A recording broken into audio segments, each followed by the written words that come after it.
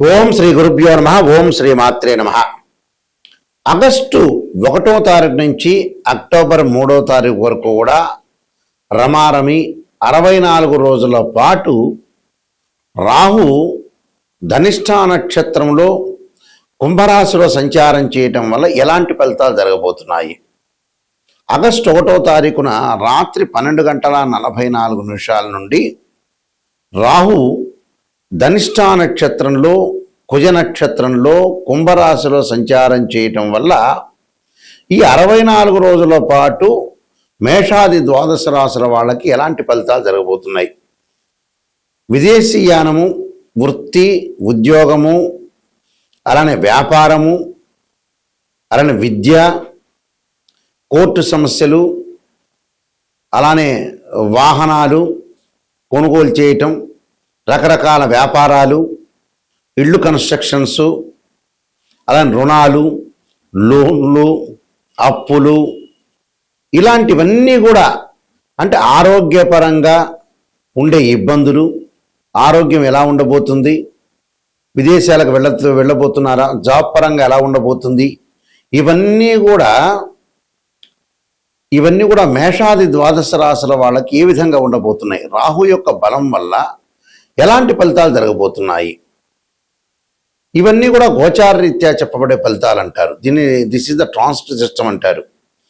అంటే ఈ 64 రోజుల పాటు రాహు యొక్క ప్రభావం ఏంటి, రాహు వల్ల మంచి జరుగుతుందా, చెడు జరుగుతుందా, ఎలాంటి ఫలితాలు వస్తాయి, మిశ్రమైన ఫలితాలు వచ్చే అవకాశం ఉందే, విదేశాలకు వెళ్ళగలుగుతున్నారా, కంపెనీ త్రూ వెళ్ళగలుగుతున్నారా, లేకపోతే మామూలుగా ఎడ్యుకేషన్ పరంగా వెళ్ళగలుగుతున్నారా, ఏ విధంగా ఉండబోతుంది? ఎందుకంటే శనివత్ రాహు అంటారు. అంటే శని ఇచ్చే ఫలితం ఏదైతే ఉంటుందో అదే ఫలితాన్ని రాహు ఇస్తున్నాడని అర్థం.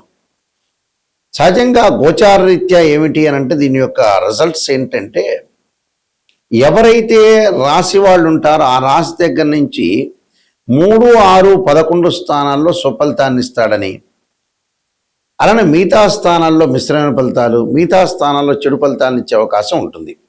మనం ఎలాంటి జాగ్రత్తలు తీసుకోవాలి, ఎలాంటి ప్లానింగ్ ఉండాలి, ఎలాంటి నిర్ణయాలు తీసుకోవాలి, ఎలాంటి పరిహారాలు చేసుకోవాలనేది మనం తెలుసుకుందాం.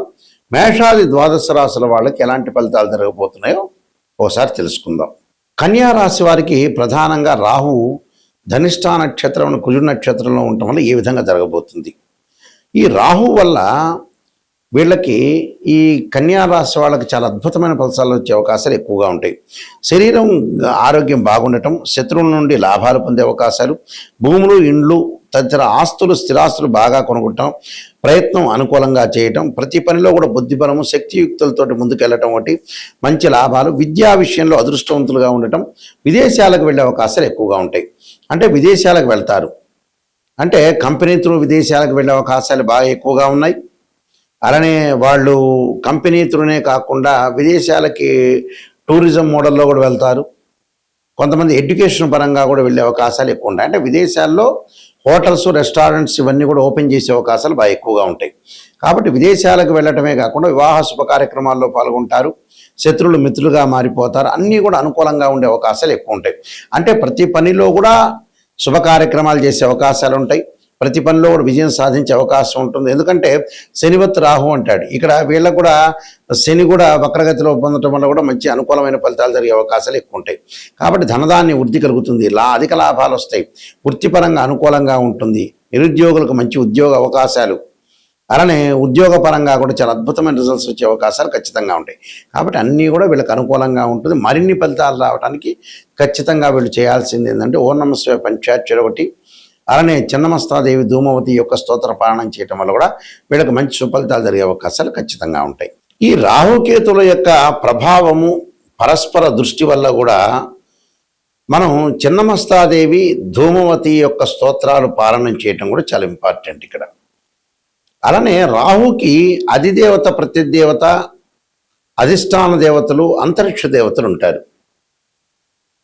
ఇక్కడ ఈ అంతరిక్ష దేవతల్లో ఏదైతే మనకి రాహుకేతుల వల్ల కొంతమందికి జాతకంలో సర్పదోషాలు ఉండటం, రాహుకేతుల మధ్యలో మిగతా గ్రహాలన్నీ కూడా బంధించబడి ఉంటే దాన్ని కాలసర్పదోషం అంటారు.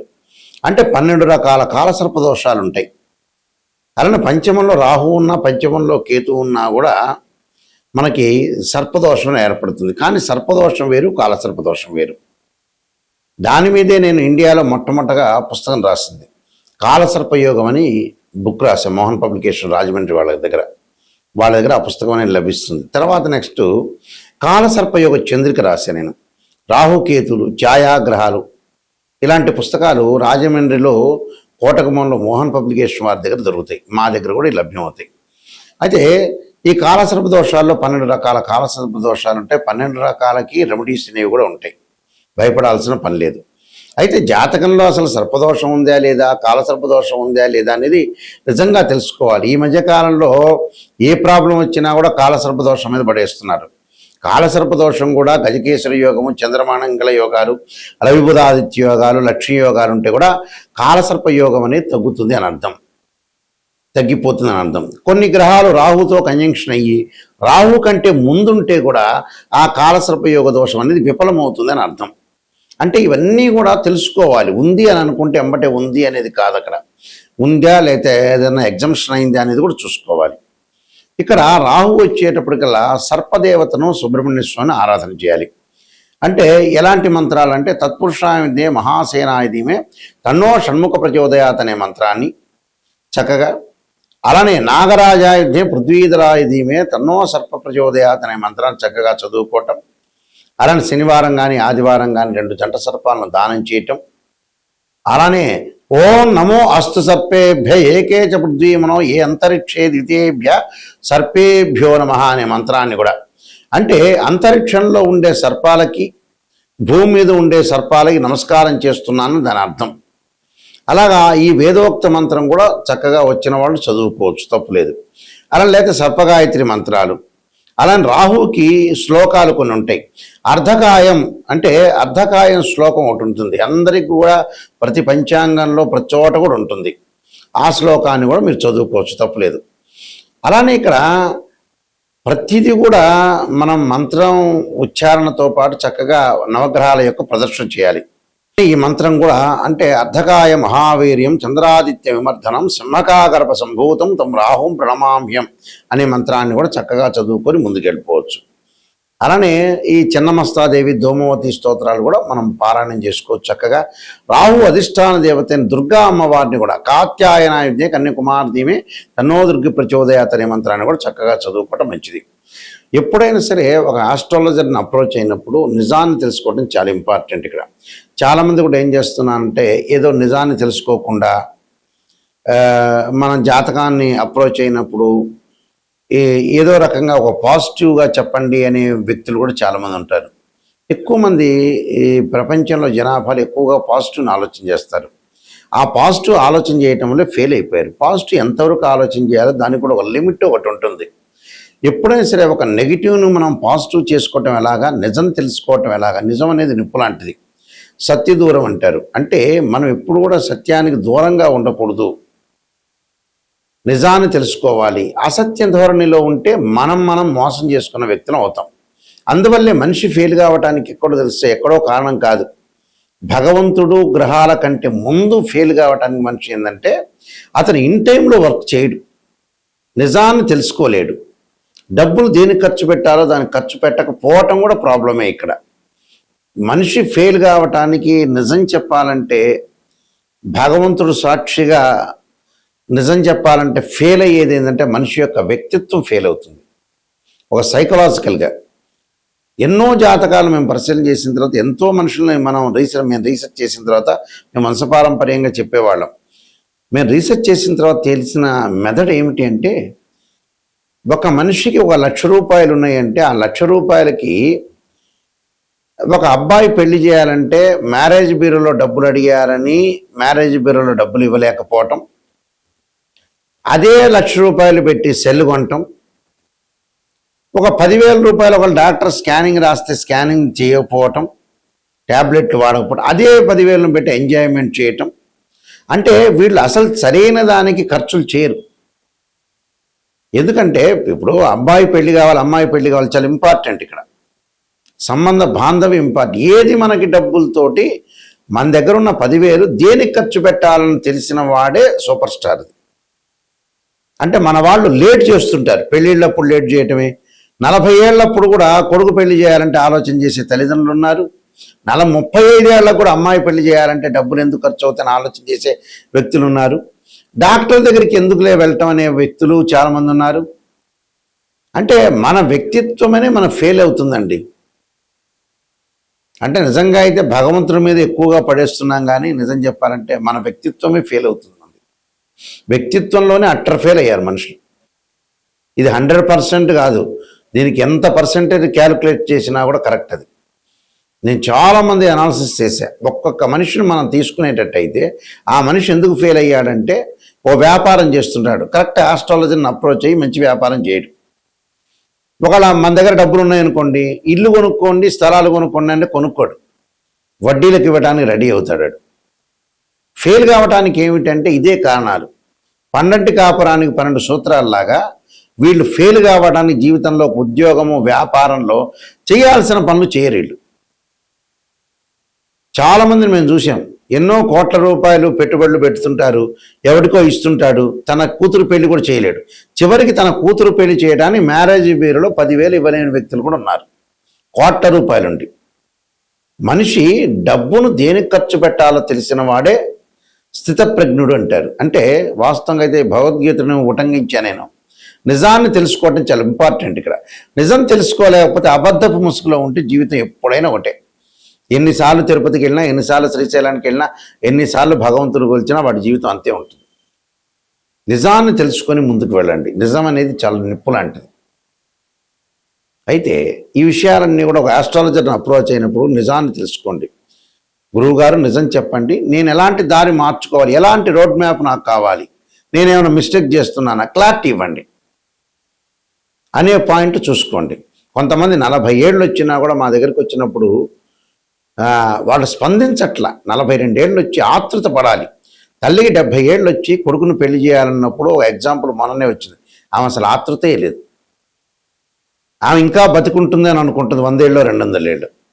అబ్బాయికి పెళ్లి చేయాలి, నా వయసు తీరిపోతుందనే మూమెంట్ అసలు వాళ్ళకి అసలు ఏంటని తెలియట్లేదు అసలు. ఎందుకునో మరి ఆశ్చర్యకరమైన విషయాలు ఇవన్నీ కూడా. నిజం చెప్పాలంటే మనం తొందరగా చనిపోతున్నాము, తొందరగా పిల్లగాడి పెళ్ళిళ్ళు, అమ్మాయి పెళ్లి చేయాలి, వాళ్ళ ఉద్యోగ పరంగా కానీ ఎడ్యుకేషన్ పరంగా సెటిల్మెంట్ చేయాలని చాలామంది కూడా ఆతృత లేదు. ఇంకా ఎక్కువ ఏదో సినిమాలో బ్రహ్మానందం 500 సంవత్సరాలు బతికినట్టుగా అని భావిస్తున్నారేమో అర్థం కావట్లేదు నాకు కూడా.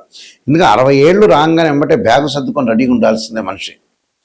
ఇలాంటి విషయాలను తొందరగా మీరు అలర్ట్ కావండి. అలర్ట్ అయ్యి తొందరగా చేయాల్సిన పనులన్నీ కూడా చకచకా చేసుకొని ముందుకు వెళ్ళటం చాలా ఇంపార్టెంట్. అయితే నేను కాలసర్పయోగము, కాలసర్పయోగ చంద్రిక, రాహుకేతులు, ఛాయాగ్రహాలు, బృహత్ పరిహార సింధు, జాతక చంద్రిక, వివాహ మార్తాండము, పుత్రగణపతి వ్రతము, ఈ పుస్తకాలన్నీ కూడా రాశాను. ప్రొటెక్షన్ ఆఫ్ ఆస్ట్రాలజీ, అలానే ట్రాన్సిట్ ఆఫ్ రిజల్ట్స్, ఈ పుస్తకాలన్నీ కూడా మా దగ్గర లభ్యమవుతాయి. రాజమండ్రిలో మోహన్ పబ్లికేషన్ వారి దగ్గర కూడా లభ్యమవుతాయి. అలానే మా వెబ్సైట్ www.nayakanti.com, nayakanti.in చూడండి. ఒక జాతకాన్ని ఒక బర్త్ చార్ట్కి ట్రాన్సిట్ సిస్టానికి చాలా లాట్ ఆఫ్ డిఫరెన్స్ ఉంటుంది. బర్త్ చార్ట్లో ఏంటంటే 12 భావాదులు, రాస్యాధిపతులు, అలానే ఏదైతే ఆ గడిలో ఏదైతే గ్రహం ఉంటుందో ఇవన్నీ కూడా మ్యాథమెటికల్గా క్యాలిక్యులేషన్ వేయాలి.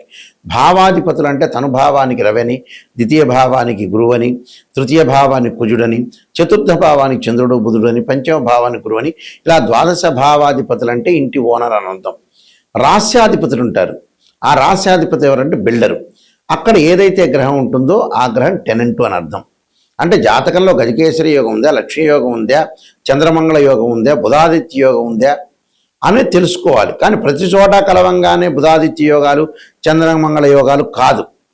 ఇవన్నీ కూడా కొంతమంది ఆస్ట్రాలజర్స్ అనవసరంగా చెబుతున్నారు. నిజంగా కాదు, ఆ కాంబినేషన్ కావు.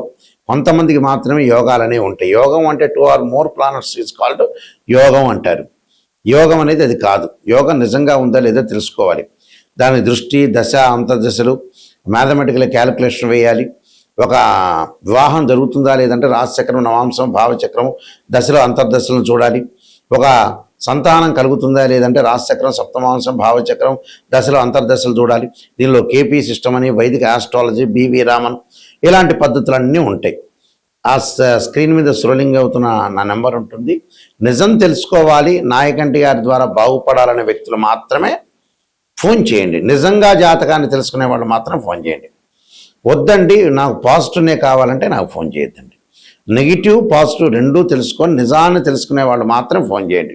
ఎందుకంటే అబద్ధపు ముసుగులో మంచిది కాదు. ఏ రోజైనా నిజమనే నిప్పు లాంటిది, అది ఏ రోజైనా తెలుసుకునేదే. కాబట్టి మీరు మంచిగా తెలుసుకోవాలి, కరెక్ట్గా నిజం తెలుసుకోవాలంటే నాకు ఫోన్ చేయొచ్చు. మీ అందరికీ కూడా శ్రీ పరమేశ్వరుడి యొక్క కరుణాకటాక్షం ఉండాలని ఆశిస్తూ సర్వే జనా సుఖినో భవంతు.